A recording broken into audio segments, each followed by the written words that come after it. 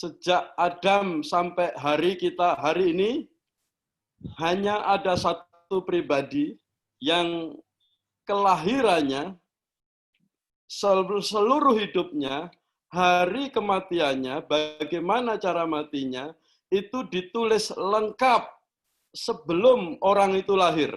Ya, hanya ada satu orang, satu pribadi yang sebelum lahir, ribuan tahun sebelum dia lahir, sudah ditulis duluan. Akan lahir, akan datang seorang. Gitu. Hanya satu. Dan bahkan seluruh hidupnya juga sudah dicatat, dan bahkan matinya, bagaimana cara matinya, itu juga dicatat, yaitu namanya Yesus. Nah, saya jadi bangga sekali kalau saya ini percaya dan punya Yesus yang luar biasa. Ya, saya mau kenalan dulu, kan ada banyak yang belum kenal saya. Ya, nama saya Ludovicus Mardiono, campuran namanya aja campuran. Itu campuran dari Itali Solo. Mardiono itu orang Solo, Ludovicus itu nama orang Italia. Jadi saya sedikit-sedikit ada bule-bulenya, namanya aja tapi hidungnya nggak bule, hidungnya tetap Solo ya. Jadi yang kalau tidak kenalkan maka tidak sayang. Saya tinggal di Brussels, di Belgia. Nah, kalau Bapak Ibu nanti kalau ada yang ke Belgia, silahkan telepon saya. Biar saya ajak makan mie ayam di Brussels. Enak sekali. Nah, saya lagi mau mencari Pak Saifuddin, apakah sudah ada di ruangan ini? Lagi restart, Pak. Ternyata Lagi ada restart. gangguan. Ya, terima kasih. Oke, kalau Pak Paul Sang, apakah sudah join kita?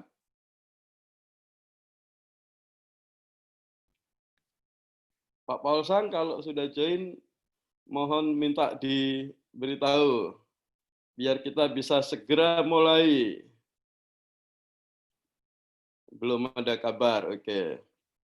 Ya, jadi sambil menunggu Pak Saifuddin, doakan supaya restartnya berjalan dengan lancar dan segera bisa masuk. Ya. Saya sedikit membaca beberapa artikel begini, tulisan orang, ya, teman-teman kita yang beragama seberang, itu bilangnya begini, orang Kristen yang terpelajar itu akan tahu bahwa yang diikuti itu bukan Yesus tetapi Paulus, gitu. Mereka menyerangnya. Paulus itu ajarannya berbeda dengan ajarannya Yesus. Misalnya, Yesus menyuruh orang untuk sunat, Paulus tidak. Yesus tidak, kata mereka ini, bukan kata saya ya. Yesus ngajarin orang untuk tidak boleh makan daging babi, Paulus ngajarin boleh makan daging babi. Dibilang mereka juga Paulus itu adalah seorang yang bodoh, seorang yang licik, dan seorang yang pendusta. Tetapi orang-orang Kristen itu percayanya kepada Paulus. Buktinya di dalam Perjanjian Baru, kitab Paulus itu banyak sekali gitu. Dan menurut mereka ya, Paulus itu adalah orang yang menuhankan Yesus. Jadi Yesus jadi Tuhan itu karena dipromosikan oleh Paulus. Nah, Bapak Ibu jangan keder dulu ya. Ini kata mereka. Tenang, tenang. Saya sebagai gembala, saya ini gembala gereja Bethel International Kingdom of God. Jadi GBI Kerajaan Allah di Brussels di Belgia. Saya ini gembala di sini. Siapa yang saya ajarkan di gereja tentu adalah Yesus, ya. Saya mengajarkan kepada setiap jemaat untuk serupa dengan Kristus. Bukan hanya ke gereja setiap hari Minggu memenuhi gereja, manasin kursi, tetapi day by day sehari-harinya harus semakin serupa dengan Kristus. Lalu Paulus siapa? Tentu saya posisikan Paulus sebagai pengikut Kristus. Ya, jadi tidak beda dengan Bapak Ibu, tidak beda dengan saya. Ya, Paulus mengalami pengalaman pribadi bersama dengan Tuhan di dalam perjalanannya menuju ke Damsyik dan bertemu dengan Tuhan di dalam bentuk cahaya itu. Lalu dari situlah transformasi hidupnya itu terjadi dan dia ceritakan. Ya, dan bahkan kerasulannya pun diuji juga oleh para rasul yang lain. Nah, seperti Paulus, begitu juga Bapak, Ibu, dan saya percaya, kita ini dulunya adalah orang-orang seperti Saulo. Kalau saya nggak nyebut kita, mungkin kalau kita semua kan jadi, mungkin nggak sama semua kan. Saya dulunya itu orang seperti Saul mungkin, ya sebelum menjadi Paulus. Suka bohong, suka mencuri, ya paling enggak saya pernah mencuri uang mama saya, nah, yang ditaruh di bawah bantal saya ambil. Nah, saya pernah curi. Saya juga pernah curi mangga punya tetangga, ya, saya pernah curi juga. Dulu saya seorang pencuri, saya pernah curi ayam juga, ya nggak punya ayam saya curi ayam, telurnya juga saya curi. Saya masak. Dulu saya adalah seorang pencuri. Nah, gitu. Paulus juga bilang begitu. Dulu saya seorang pembunuh. Nah, pada waktu kita berjumpa secara pribadi dengan Yesus, hidup saya diubahkan. Nah, saya tidak berjumpa secara pribadi dengan Paulus. Saya berjumpa secara pribadi dengan Yesus Tuhan saya yang mengubahkan hidup saya. Nah, lalu menanggapi kritikan-kritikan atau pertanyaan-pertanyaan saudara teman-teman kita seberang, kalau pendiri Kristen itu adalah Paulus. Well, nanti Pak Saifuddin atau Pak Paulsang sih yang akan menjelaskan. Namun kalau kita baca sebenarnya di semua Injil dari Matius, Lukas, Markus, Yohanes, memang Yesus itu datang ke dunia tidak untuk mendirikan sebuah agama. Karena firman Tuhan dikatakan begini, di atas bahunya ada pemerintahan. Jadi Yesus datang ke bumi itu menurut saya, dan saya baca firman Tuhan, itu bukan membawa agama, tetapi membawa sebuah pemerintahan. Namanya pemerintahan kerajaan Allah. Makanya gereja kita di Brussel saya kasih nama Gereja Kerajaan Allah. Dan itu saya dasarkan pada Kejadian 1 ayat 26, 27, 28 pada waktu Tuhan berkata, baiklah kita menjadikan manusia serupa segambar dengan kita dan biarlah mereka berkuasa. Nah, kata berkuasa itu adalah kerajaan atau radah atau mamlakat atau basilia atau kingdom atau government, itu adalah berkuasa. Nah, karena itu setiap kita itu punya mandat kerajaan Allah, saudara dan saya itu harus membawa pesan kerajaan itu. Nah, saya sambil tanya ini, Bapak Saifuddin sudah datang belum? Kalau sudah kasih kode, belum. Nah, itulah yang saya percaya bahwa tuduhan-tuduhan teman-teman yang beragama seberang bahwa Paulus ini adalah orang yang mempromosikan Yesus menjadi Tuhan sampai akhirnya orang Kristen percaya kepada Yesus gara-gara Paulus, menurut saya itu tidak valid, itu dusta, itu bohong, dan orang yang bohong akan langsung ditaruh di dasar neraka atau neraka paling dasar. Udah gitu saja. Nah, saya sudah lihat Bapak Paul Sang sudah kresek-kresek tadi. Kalau sudah kresek-kresek itu biasanya sudah ada.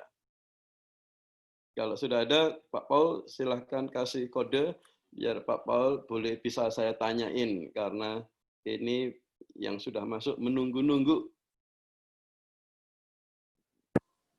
5 menit lagi, sebentar. Oke, 5 menit, nggak apa-apa, saya tunggu. Saya kasih diskon, jadi 6 menit lah, nggak apa-apa lah. Ya, Bapak Ibu, tolong sabar. Sekarang sama saya dulu, ya. Makin lama dengan saya, makin cinta, makin sayang sama saya kan. Nanti kalau saya ke Indonesia, saya akan cari Bapak Ibu semua, biar saya dapat giliran di traktir di Indonesia, muter-muter Indonesia gitu. Saya sudah lama tidak ke Indonesia. Gitu. Atau sekarang saya kasih waktu buat ngobrol deh, buat kita semua yang hadir di sini tentang ini. Orang Kristen itu ikut Yesus atau ikut Paulus? Mereka yang di seberang sono itu katanya menuduh orang Kristen itu nggak jelas. Itu.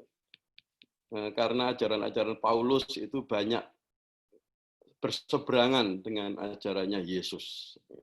Yesus itu manusia biasa, tapi dijadikan oleh Paulus menjadi Tuhan. Jadi Yesus itu hanya orang Kristen itu meet in Paulus, katanya begitu. Bagaimana Bapak Ibu? Silahkan. Ada yang senyum-senyum dengan saya atau ada yang melototin saya ini? Ayo. Ya, atau mungkin Bapak Ibu nggak bisa. mungkin kalau ada yang ingin tanya jawab, silakan mengangkat tangan dulu, itu taruh tanda angkat tangan supaya bisa saya buka kunci mic-nya, karena memang mic-nya kami kunci agar bisa tidak suaranya tidak crash gitu ya. Jadi kalau memang ada yang mau sekarang kita buka ruang tanya jawab dulu. Oke, iya Pak Rino, Pak Valeria. Ya, gimana Pak Lud ya? Saya kasih ruang tanya jawab ya, Pak Lud bisa menangani toh? Silahkan, boleh tanya. Kalau saya bisa jawab, saya jawab. Kalau saya nggak bisa jawab, Bapak jawab sendiri ya. Nah, gitu. Silahkan, Pak. Saya unmute ya, Pak. Pak Rino ada pertanyaan sebentar. Ya, boleh silakan Pak Rino dibuka mic-nya. Valerino, ya. Ya. Terima kasih Ibu. Rino saja Bu. Ya. Begini Pak Lut, saya setuju dengan Bapak. Bukan pertanyaan sih, tetapi sebagai gembala kita pun saya setuju seperti Pak Lut. Kita gembala memang harus mengarahkan kepada Yesus saja. Ya, saya ingin menambahkan saja supaya jadi dasar. Memang orang yang membaca Alkitab kita pasti akan sering bertemu dengan Paulus, karena Paulus adalah pribadi yang dipakai oleh Roh Kudus cukup banyak, karena dia menuliskan 80% dari Alkitab kita. Makanya nggak aneh kalau saudara-saudara kita waktu membuka Alkitab, apalagi Alkitab kita dengan semua bahasa ada bahasa Indonesia dan bahasa yang lain, makanya mereka akan lebih banyak bertemu dengan Paulus.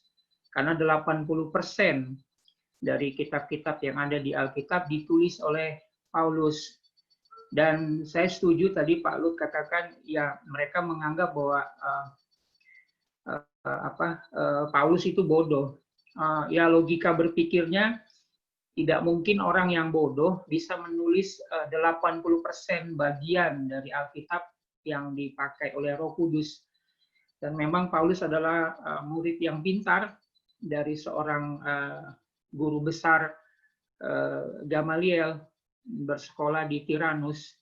Jadi saya setuju dengan Pak Lut bahwa memang orang lain pada waktu membaca Alkitab kita itu akan sering bertemu dengan Paulus. Karena porsi yang cukup banyak tulisan Paulus yang diinspirasi oleh Roh Kudus. Terima kasih Pak, terima kasih Ibu. Bagus sekali, Pastor Rino ya. Bapak seorang gembala juga yang memberikan pencerahan kepada jemaat juga. Sebentar, saya kedatangan tamu, sebentar saya buka pintu ya. Boleh? Shalom. Saya Paul. Ini ada Pak Saifuddin. Karena beliau susah masuk di Zoom, Jadi mohon maaf, udah berbagai cara sudah restart, rupanya ada kesulitan. Jadi Bapak pakai WhatsApp, ada videonya bisa ya Pak? Saya pasang videonya Pak. Bapak jadi bisa lihat juga. Oke, nah. Gimana caranya ya Pak Sofidin? Tunggu, saya 2 gadget ini jadinya. Tunggu.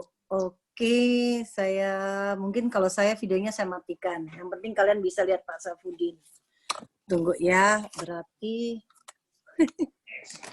wah, ini salah nih. Oke, lihat ya. Semua. Wah, ini Abi kita yang paling ganteng. Bisa lihat kan? Pakai warna apa bajunya? Pakai dasi apa? Coba jawab. Saya sudah siap pakai dasi segala untuk Zoom, coba. Nggak bisa nyambung. Peperangan Pak itu namanya Pak. Peperangan rohani. Bapak, mereka lihat Bapak, nggak apa-apa, silakan. Ya. Tapi kalian denger ya, Bapak-bapak, ibu-ibu yang di Zoom bisa denger. Jelas, jelas Kak. Jelas Abi. Jelas. Iya. Oke. Silakan Pak Abi Safudin, silakan sampaikan. Tadi judulnya bagaimana Pak Chang? Tadi Pak Lut sudah sharing. Jadi begini Abi, tadi saya kemarin melanjutkan yang Abi kemarin menjelaskan minggu lalu, mengapa Rasul Paulus dibenci sama orang Islam. Nah itu, dan kita kan kalau lagi penginjilan di Facebook, di mana-mana, bahwa mereka selalu bawa-bawa kalau Kristen bukan ajaran Paulus, intinya begitu. Kristen itu bukan ajaran Yesus, tapi ajaran Paulus. Oke, silakan Abi. Iya. Oke. Kaum muslimin itu pernah dulu diangkat oleh seorang penulis Amerika, Michael Hunter Hart, yang menempatkan Muhammad sebagai manusia yang paling berpengaruh nomor 1 di muka bumi. Nah, di situ juga ditempatkan Paulus. Kalau saya nggak salah itu Paulus itu nomor 5 setelah Muhammad, dan Yesus itu nomor 3 sebagai orang yang berpengaruh di dunia, yang pernah lahir di dunia. Nah, Muslim ini menaruh curiga, menaruh prasangka bahwa semua ajaran-ajaran kekristenan itu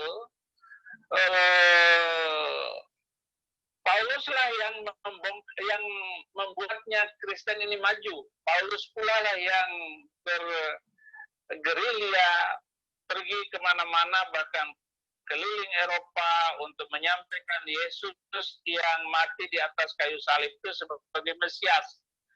Nah, hal ini membuat orang-orang Islam itu ngeh bahwa ajaran Kristen itu adalah ajaran Paulus. Nah, itu nomor 1. Yang kedua, kenapa orang Islam benci dengan Paulus? Karena begitu intensnya cara penginjilan. Di dunia ini ada 2 agama misi, agama yang mewajibkan pengikutnya mengikuti, mencari orang lain untuk ikut di dalam agama itu. 1 Kristen, yang 1 Islam. Agama misi itu hanya 2 ini. Agama-agama lainnya tidak mewajibkan pengikutnya untuk mencari pengikut lain. Enggak. Hindu, Buddha, Yahudi. Yahudi bukan agama misi. Yahudi adalah agama karena darah. Kalau darahmu Yahudi, ya kamu ya orang Yahudi. Kalau darahmu Yahudi, ya kamu agama Yahudi. Maka kalau kita masuk Yahudi, kemudian ada wajah mirip-mirip dengan wajah Yahudi, kita dipersulit. Ditanya macam-macam. Apakah kamu ada kaitannya dengan ini, dengan ini. Padahal memang dia bukan orang Yahudi, hanya wajah saja yang mirip-mirip Yahudi. Nah, Yahudi bukan agama misi, tetapi Kristen dan Islam agama misi. Misi orang Yahudi, misi orang Kristen adalah misi kasih. Misi orang Islam adalah pengaruh dan politik. Jadi agama itu tidak jauh, intens sekali, menyatu agama Islam itu dengan politik. Sebelum orang Islam menguasai arena politik, sebelum orang Islam itu menjadi pemimpin, Muslim belum akan berhenti sampai mereka mendapatkan pengaruh politik di dalam pemerintahan. Nah, agama ini menjadi rame di dalam persaingan merebut domba dalam tanda petik antara Islam dan Kristen, tarik menarik orang supaya masuk Islam, kita tarik menarik supaya orang lain masuk Kristen. Sementara karena Kristen itu adalah agama kasih, apa yang diajarkan oleh Paulus itu penuh dengan kasih, tentu saja di lapangan yang memenangkan pengikut paling militan pasti orang Kristen. Sementara Islam, mereka militan karena emosi, kita militan karena hati nurani, karena kemanusiaan, karena mengerti Tuhan yang kita sembah. Itu makanya kita jadi orang yang dimusuhi oleh Muslim. Maka ajaran Kristen itu pokoknya dibabak belurin oleh mereka, dimutilasi oleh mereka. Cara berdebat pun ya bagaimana supaya mereka menang dengan cara apapun untuk memenangkan perdebatan, memenangkan orang supaya masuk agama masing-masing. Islam begini, Kristen begini. Itu sebabnya orang Islam sangat membenci kepada Paulus. Sebenarnya yang membuka ini adalah para mu'alaf. Mu'alaf lah yang mendengungkan, yang main kendang supaya rame. Paulus adalah orang yang dituduh menjadi penyebab Kristen bisa besar, menjadi agama besar di seluruh dunia. Makanya kebencian mereka ini luar biasa. Apalagi banyak hal yang diajarkan oleh Islam tidak sesuai dengan Alkitab, lalu Alkitab katakan palsu. Nah, demikian jawaban saya. Halo Pak Paul. Pak Paul, Bapak Lut. Iya, moderatornya Pak Lut. Nanti saya akan membahas dari sisi apologetikanya. Cuman narasumber utamanya adalah Pendeta Saifuddin sekarang. Saya hanya membahas sisi apologetika saja. Ya, terima kasih Pak Saifuddin. Nanti yang hadir juga boleh bisa bertanya kan? Ya silahkan. Tapi saya punya pertanyaan berikutnya, Pak Saifuddin. Tadi Bapak katakan bahwa para mualaf inilah yang menginisiasi atau yang memulai menuduh bahwa Paulus inilah yang menjadi biang kerok gitu kan. Sampai hari ini Islam itu sangat membenci Paulus, bahkan hanya membenci Paulus tapi membenci banyak orang Kristen gitu. Saya mau tanya, mengapa mualaf ini menyebarkan ajaran-ajaran seperti ini yang menuduh Paulus ini yang menyebarkan kekristenan? Para mu'alaf mau mendapatkan legitimasi menghukum mereka bahwa masuk Islam itu karena bla bla bla. Seolah-olah mereka masuk Islam itu mendapatkan hidayah, masuk Islam itu mendapatkan kesempurnaan hidup. Lalu mereka membuat berbagai macam alasan bahwa saya tidak meninggalkan Kristen karena tidak mengerti Tuhan tiga. Masa Tuhan tiga di dalam satu, satu di dalam tiga? Ya bingung, kata mereka. Lalu mencari ayat-ayat Al-Quran untuk ayat-ayat Alkitab untuk dipotong-potong. Lalu mencari bahwa nubuatan Muhammad itu ada di dalam Alkitab. Karena di dalam Al-Quran dikatakan orang Yahudi, orang Kristen mengenal Muhammad itu seperti mengenal anaknya sendiri. Dan Isa Al-Masih, Yesus Kristus juga meramalkan akan datang Nabi setelah Yesus itu namanya Ahmad. Itu ditulis di dalam Al-Quran. untuk mengatakan bahwa di dalam Alkitab itu ada nama Nabi Muhammad, ada ramalan Nabi Muhammad. Ternyata saya bantah habis semuanya bahwa tidak ada satu ayat pun dalam Alkitab yang meramalkan kedatangan Nabi Muhammad. Karena nama Nabi Muhammad tidak ada diramalkan dalam Alkitab, lalu sebagian mereka semua menyampaikan teriak-teriak, oh Alkitab palsu. Nah, inilah yang dilakukan strategi para mu'alaf ini untuk mendengungkan bahwa mereka masuk Islam itu adalah benar. Saya bantai lagi dengan surat Al-Maidah ayat 47, orang Kristen masuk Islam terkutuk, dan semua orang Kristen yang gara-gara masuk Islam itu oleh Allah Subhanahu wa taala dikutuk sebagai orang fasik, dan sehingga orang Kristen yang masuk Islam itu terlunta-lunta dan akan kena malapetaka yang tidak pernah berkesudahan. Jadi para mu'alaf ini mengembangkan stereotip kebencian kepada Paulus, kepada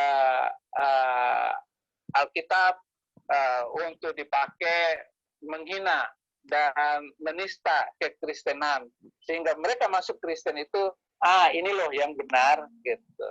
Yahya Waloni, Irene Handono, bahkan Hani Kristianto itu juga memakai cara yang sama, dan semua mereka ini masing-masing satu orang yang mu'alaf yang terkenal di Indonesia ini punya yayasan masing-masing untuk cari duit gitu, seolah-olah mereka masuk Islam itu tidak bermasalah, padahal semua mereka yang mu'alaf itu selalu bermasalah, entah di gereja, entah dalam kehidupan kekristenan mereka bermasalah semua gitu.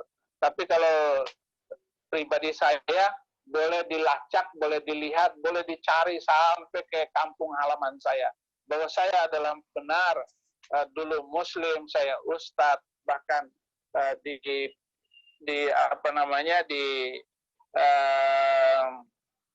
di pesantren Zaitun pun mereka boleh membuka mencari saya. Jadi begitu getolnya mereka, ngototnya para mu'alaf ini untuk melakukan dan mencari legitimasi bahwa masuknya mereka Kristen ini adalah, masuknya mereka ke dalam Islam adalah benar menurut alasan mereka. Jadi begitu.